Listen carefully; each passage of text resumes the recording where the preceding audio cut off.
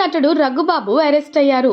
BRS Nalgonda పట్టణ ప్రధాన కార్యదర్శి సందినేని జనార్దన్ రావు యాక్సిడెంట్ కేసులో నల్గొండ 2వ పట్టణ పోలీసులు రఘుబాబుని అదుపులోకి తీసుకున్నారు. అయితే అరెస్ట్ అయిన కొన్ని గంటల వ్యవధిలోనే బెయిల్పై విడుదలయ్యారు నటుడు రఘుబాబు.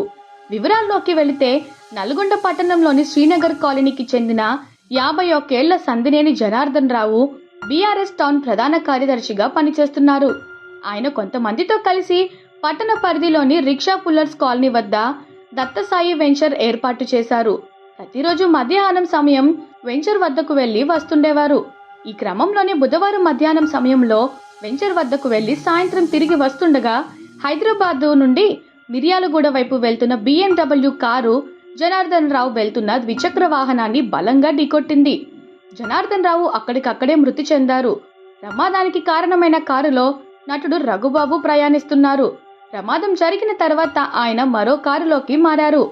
ఆ సమయంలో రఘుబాబుతో కొంతమంది స్థానికులు మాట్లాడారు.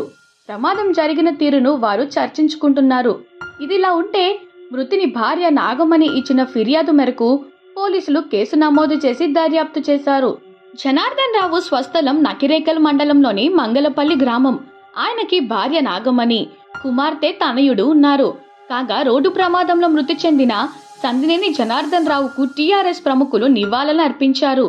శాసన మండలి చైర్మన్ గుత్తా సుఖేందర్ రెడ్డి, మాజీ మంత్రి, సూర్యాపేట ఎమ్మెల్యే గుంటకండ్ల జగదీష్ రెడ్డి, నకిరేకల్ ఎమ్మెల్యే వేముల వీరేశం ఆయన భౌతిక కాయంపై పుష్పగుచ్చాలు ఉంచి శ్రద్ధాంజలి ఘటించారు.